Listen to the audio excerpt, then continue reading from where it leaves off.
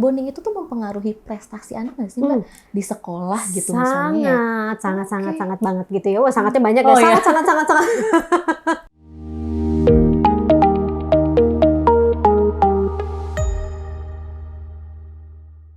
Halo Bunda, selamat datang di podcast Halo Bunda, persembahan spesial dari Generos sebagai teman Bunda dalam mendampingi tumbuh kembang si kecil. Wah, kembali lagi nih bersama dengan saya, Prisa, dan tentunya di podcast Halo Bunda kali ini akan membahas seputar perkembangan tumbuh kembang si kecil. Nah, Ayah Bunda sudah ada nih bersama saya narasumber yang spesial, tentunya beliau bergelut di bidang psikolog anak. Oke, langsung aja yuk kita sambut. Halo Mbak. Halo Mbak Prista. Apa kabar nih, Mbak? Alhamdulillah sehat. Oh, Ayah Bunda ada yang belum tahu Oh nih. ya? Iya, siapa nih Mbak ini? Boleh disapa Oke. dulu dan perkenalkan diri terlebih dahulu. Oke, hai Ayah Bunda semuanya. Perkenalkan aku Irma Gustiana, psikolog klinis anak, remaja dan keluarga yang saat ini aktif berpraktik di klinik psikologi ruang tumbuh. Aku ibu 2 orang anak dan senang hati sekali hari ini bisa ikut ngobrol sama-sama di Halo Bunda. Oke, wah menarik sekali nih. Ya. Udah mempunyai 2 anak. 2 anak. Sama seperti bunda-bunda yang punya anak Yes, juga. Jadi benar. pembahasan kali ini akan relate banget nih Mbak ya. Nah tentunya Ayah Bunda kali ini mau membahas apa sih di podcast Halo Bunda. Jadi Mbak ternyata tuh sebenarnya mengambil tema bonding dengan anak itu tuh ada pengaruhnya ya untuk betul. pola asuh dan perkembangan si kecil juga. Betul. Kita masuk sebenarnya tuh apakah bonding antara ayah dan bunda ini tuh mempengaruhi perkembangan anak nggak sih? Oke, ini pertanyaannya menarik banget ya, karena kalau kita bicara tentang pertumbuhan dan perkembangan anak kan ada banyak sekali faktor yang Betul. mempengaruhi nih ya. Anak bisa bertumbuh, berkembang sehat, sejahtera fisik dan mentalnya pasti ya. Nah, ada memang yang namanya bonding. Jadi bonding itu adalah ikatan. Jadi ikatan yang memang terbentuk sejak babynya masih di dalam kandungan gitu ya, jadi janin, kemudian dia hadir di dunia ini ya, dan seterusnya sebetulnya. Makanya kenapa ada yang namanya bonding time. Bonding time artinya adalah waktu terikat. Jadi ikatannya apa nih? Ikatannya ke arah yang namanya emosional ya.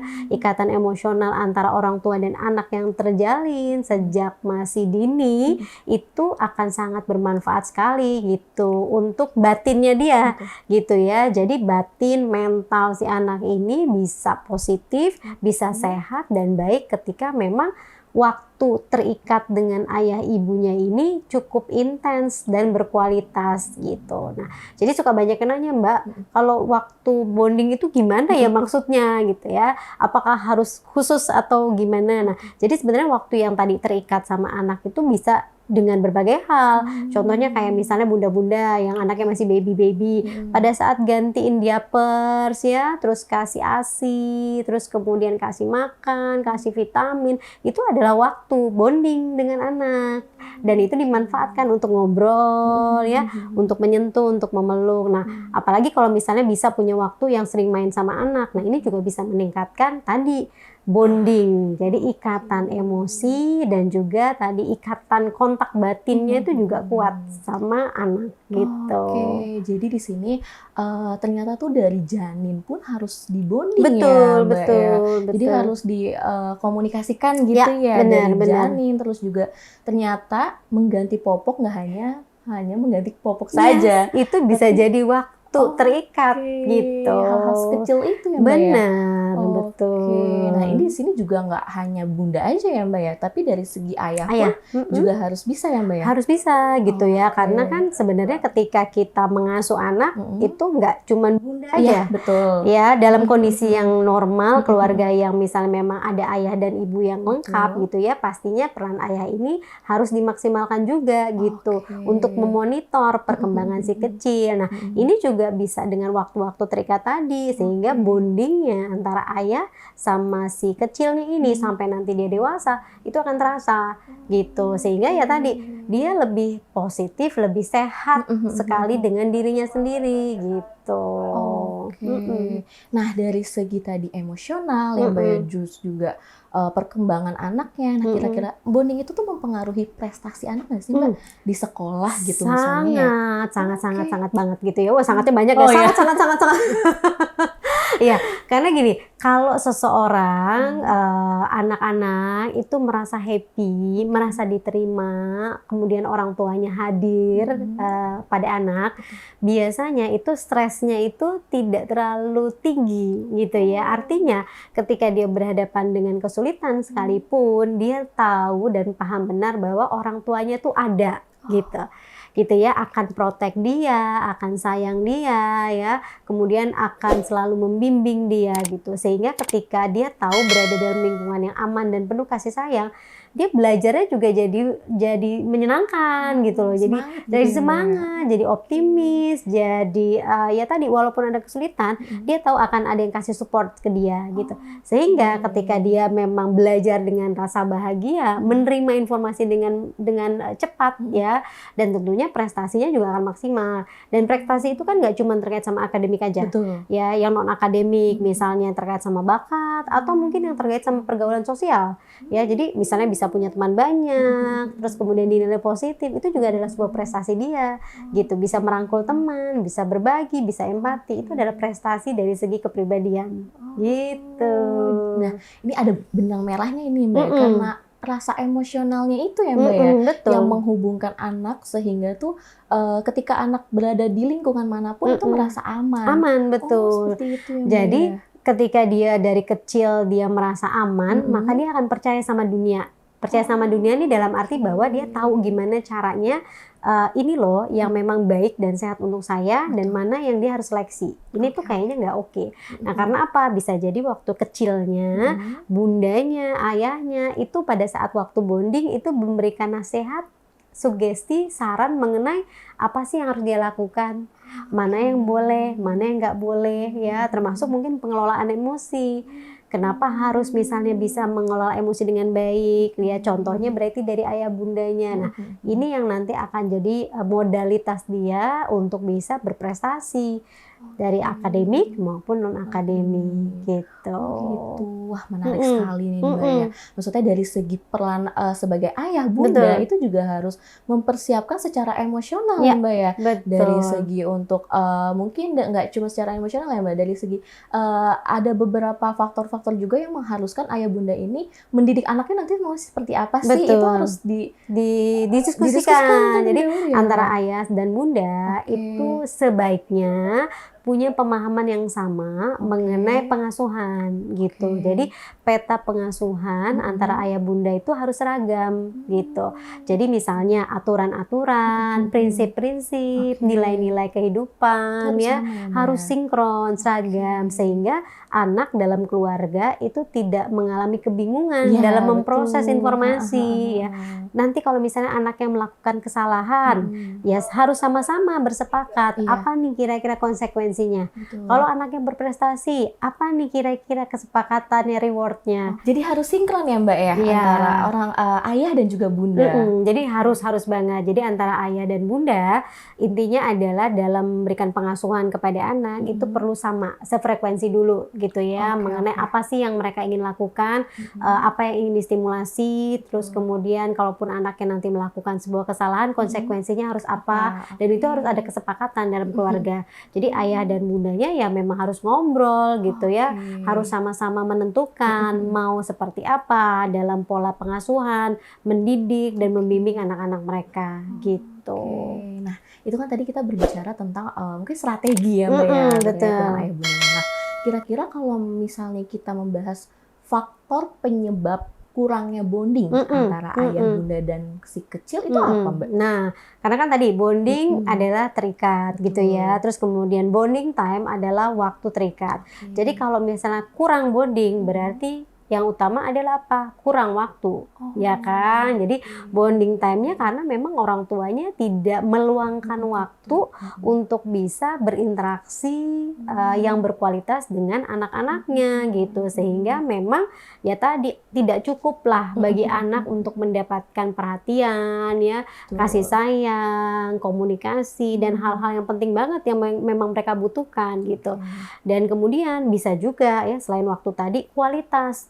Jadi kualitas kebersamaannya itu memang ternyata mungkin bersama tetapi tidak berkualitas. Contoh ya, kalau di masa sekarang kan kita pasti terdistract dengan yang namanya gadget. Betul. Ya. Jadi waktunya bersama tapi jangan-jangan tidak ada interaksi yang berkualitas. Betul. Gitu. Mungkin karena masing-masing sibuk dengan gadgetnya masing-masing atau sibuk melakukan sesuatu yang lain. Sehingga ya tadi anak mungkin merasa jadi terabaikan gitu. Jadi perhatiannya juga nggak full pada si anak ya. Terus bisa juga karena kesibukan orang tua ya mungkin mereka penuh kasih sayang tetapi kadang-kadang ada beberapa hal yang orang tuanya tuh nggak responsif terhadap kebutuhan anak. Kebutuhan ini kan nggak cuma melulu soal yang material aja yang fisik kelihatan tapi mungkin dari segi emosi dan perasaannya orang tuanya nggak respon gitu ya. Mungkin anaknya punya masalah di sekolahan ya dengan teman, dengan guru, dengan pelajaran tapi orang tuanya nggak peka gitu. Artinya mereka tetap bisa fulfill kasih sayang tapi tidak responsif terhadap needs ya apa nih sebetulnya yang sedang dialami ya. Atau bisa jadi karena memang ketidakpahaman atau ketidaktahuan orang tua betapa pentingnya si bonding ini untuk bisa membantu si anak gitu ya lebih baik, lebih sehat, lebih sejahtera gitu. Oke, jadi banyak faktor ya, terutama tadi yang aku bisa garis bawahi itu adalah timing ya, waktu. Karena itu waktu tuh penting banget ya Mbak ya. Padahal mungkin satu wilayah, maksudnya satu tempat yang sama cuman nggak berinteraksi itu pun sudah bisa mempengaruhi. Itu kualitasnya kan gitu ya. Karena memang mungkin kita paham benar ya, waktu itu kan nggak bisa diganti gitu. Anak-anak itu kan ternyata bertumbuhnya dengan cepat banget loh. Gitu ya, ketika anak bertumbuh dengan cepat, kita baru sadar, oh kemarin kemana aja ya, mereka sudah bertumbuh besar gitu ya. Terus mereka jadi punya kehidupan sendiri-sendiri karena sudah punya teman yang banyak, sudah punya kesibukan. Nah, justru mungkin ada kekosongan di situ yang kita tidak pernah hadir atau hadir tapi tidak maksimal. Nah, ini nanti akan mempengaruhi kualitas emosi dan sosialnya. Gitu. Wah, ini penting sekali nih buat ayah bunda tahu atau juga mungkin nih Mbak ayah bunda punya kesan pesan apa nih terkait dengan bonding dengan si kecil, boleh banget untuk komen di bawah sini, kita sharing-sharing, nanti juga bisa sharing bersama Mbak Irma. Oke, nah selanjutnya itu kan tadi faktor penyebab ya Mbak ya, kekurangan antara bonding ayah bunda dan juga si kecil. Nah sekarang bagaimana sih Mbak cara membangun bonding dengan si kecil agar perkembangannya, pertumbuhannya itu sesuai yang diharapkan oleh ayah bunda? Optimal pastinya ya. Oke. Jadi cara yang paling mudah sekali adalah kita tahu betul gitu. Kita harus kenali anak kita tuh seperti apa. Sehingga kita bisa responsif juga terhadap mereka ya. Karena tiap anak beda-beda gitu ya. Karakter dasar kepribadiannya beda-beda. Ada anak yang mungkin gampang menyesuaikan diri, ada anak yang sulit ya, ada anak yang mungkin butuh waktu. Kita tahu dulu mana nih model anak kita ya. Terus kemudian yang kedua ya kita memang meluangkan waktu gitu kan. Jadi mendedikasikan waktu, istilahnya gini loh, sehari itu 24 jam. Masa sih 15 menit aja kita nggak punya waktu gitu ya. Apalagi kalau sekarang era teknologi. Ya, ada beberapa mungkin orang tua yang saking sibuknya perginya pagi sebelum anak bangun, pulang setelah anak tidur, ya kan? Lalu kita di sini bisa berdayakan apa? Teknologi tentunya kan. Kita tetap bisa memantau mereka, tetap terikat dengan anak-anak gitu ya. Ya tadi mungkin kita telepon, video call ya, apapun yang bisa kita lakukan untuk tetap menjangkau mereka gitu. Terus kemudian manfaatkan setiap momen. Misalnya lagi bersama anak gitu ya, anaknya lagi ada, manfaatkan momen itu untuk bertanya kabarnya, perasaannya ya, dia mau jadi apa, mau main apa. Nah, itu adalah momen. Atau lagi makan, itu momen juga. Jadi setiap ada bersama anak, momen to momen itu perlu untuk dimaksimalkan, untuk mengikat kita dengan dia. Karena nanti apa yang kita sampaikan kepada anak itu kan nanti jadi hati nurani dia. Misalnya itu bentuknya sugesti, saran-saran, nasihat-nasihat, itu akan membuat dia jadi human gitu, jadi seseorang yang punya hati Karena di perasaannya itu sudah pernah dijangkau orang tuanya dengan nasihat, saran yang delivernya itu pada saat momen-momen ya saat makan, saat mau tidur, saat di mobil nganterin anak sekolah. Nah, gitu. Jadi kalau dia punya hati nurani yang baik, ya emosinya pasti positif gitu dan akan meminimalisir tuh masalah yang terkait dengan hal-hal buruk, misalnya dia jadi anak yang agresif, pembangkang, pemarah ya, atau mungkin ya tadi lebih serem lagi gitu ya, kalau nggak ada bimbingan potensial gitu melakukan hal-hal yang mungkin merugikan orang lain gitu. Oke, wah Gitu. menarik sekali nih Mbak terkait dengan pembahasan Ya. kejahatan anak nih ya Mbak ya. Iya, Mungkin ada berpengaruh nggak sih dengan bonding? Tapi nanti ya Mbak, sabar Oke, dulu. oke. Kita akan bahas di segmen selanjutnya. Oke. Nah, Ayah Bunda untuk segmen ini dulu. Nah, jangan lupa nanti akan ada segmen selanjutnya. Tentunya kita akan membahas nih tadi yang sudah poin-poin disebutkan oleh Mbak Irma akan menjadi ada pengaruhnya bonding untuk anak melakukan sesuatu hal yang tidak baik. Ya. Jadi jangan kemana-mana, tetap di Halo Bunda, ruang informasi keluarga sehat.